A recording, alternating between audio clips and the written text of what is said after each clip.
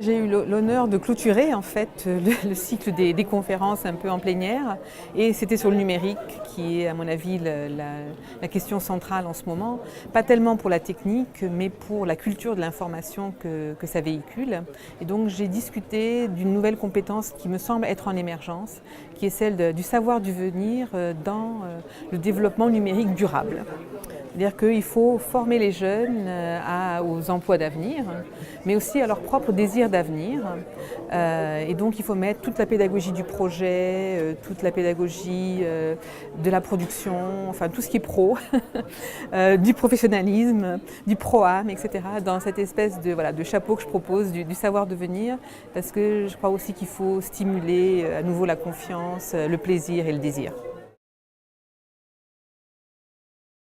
Alors, les journées d'innovation, c'est quelque chose d'extraordinaire parce qu'on échange beaucoup, on fait un peu comme ces jeunes avec nos usages, nos partages, il y a beaucoup de générosité.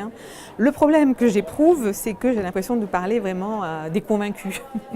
Et en ce moment, c'est bien qu'il y ait de plus en plus de convaincus et ils sont tous en réseau, donc on se dit qu'un représente beaucoup plus derrière.